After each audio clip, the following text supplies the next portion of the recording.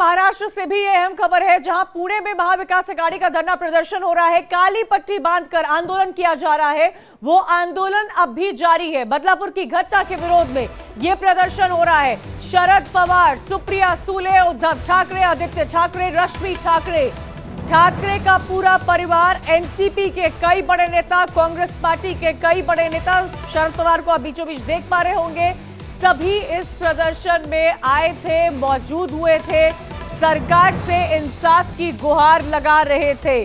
पुणे की तस्वीरें इस वक्त आप देख रहे हैं, क्या हालात है। इधर पुणे में हो रहा था, उधर महाराष्ट्र में मुंबई में हो रहा था।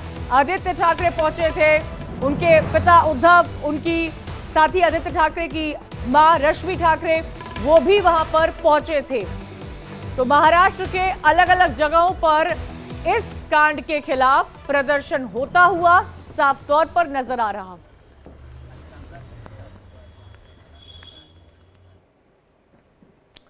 बदलापुर कांड को लेकर शिवसेना उद्धव गुट और शरद पवार गुट में जबरदस्त प्रदर्शन है।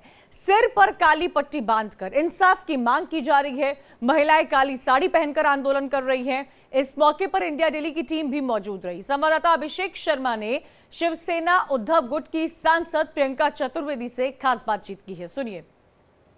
हमारे साथ शिवसेना के नेता प्रियंका चतुर्वेदी जी मौजूद हैं, जो सांसद हैं। क्या कहेंगी, आज आपको काला कपड़ा पहनना पड़ा, रोड पर उतरना पड़ रहा है बच्चियों के लिए, और यह शायद बात और लोगों को समझ में नहीं आ रही, ऐसा आप लोगों का आरोप भी है? नहीं, समझ में नहीं आ रही है या समझना नहीं चाह रहे अपनी राजनीति के चलते। जो लोग खोके देकर महाराष्ट्र के साथ धोखे कर रहे हैं, आज उसके खिलाफ ये नाराजगी है। बदलापुर में हमने नाराजगी देखी, और नाराजगी के बाद क्या कहते हैं, ये लोग सब बाहर के लोग आए हुए थे। एफआईआर जो दर्ज हुई है वो महिलाओं पे हुई हैं, सब बदलापुर की महिलाएं हैं। ये वैसे ही है जैसे किसानों को कह दिया था आतंकवादी हैं, पाकिस्तानी हैं, खालिस्तानी हैं, एंटी नेशनल्स हैं, वैसे ही बदलापुर की लड़कियों को, बदलापुर की महिलाओं को ये कहते हैं बाहर के आई हुई हैं। ये क्रोध है। आज महाराष्ट्र की बेटियां और महाराष्ट्र की लड़कियां आपको माफ नहीं करेंगी। जिस एडवोकेट ने कहा ये बंद नहीं होना चाहिए, क्योंकि हम पीसफुल बंद मांग कर रहे थे, हम महिलाओं के मुद्दों को आगे रखना चाह रहे थे, पर उसको रोकने का काम ये गृह मंत्री ने ही किया है।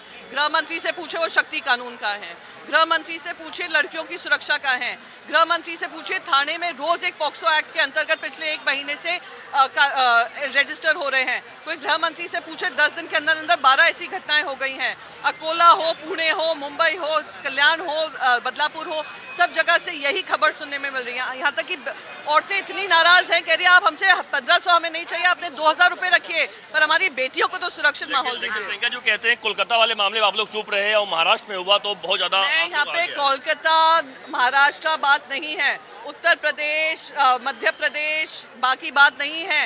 ये महिलाओं की बात है, महिलाओं की न्याय की बात है। मैंने फिर से दोहराऊंगी, महाराष्ट्र की संस्कार, महाराष्ट्र की परंपरा, महाराष्ट्र की संस्कृति कहीं भी नहीं दिखाती है कि महिलाओं के साथ इस तरीके का अपराध होना चाहिए। छत्रपति शिवाजी महाराज के समय पर हाथ काट दिए जाते थे जो महिलाओं को अभद्रता से देखते भी थे।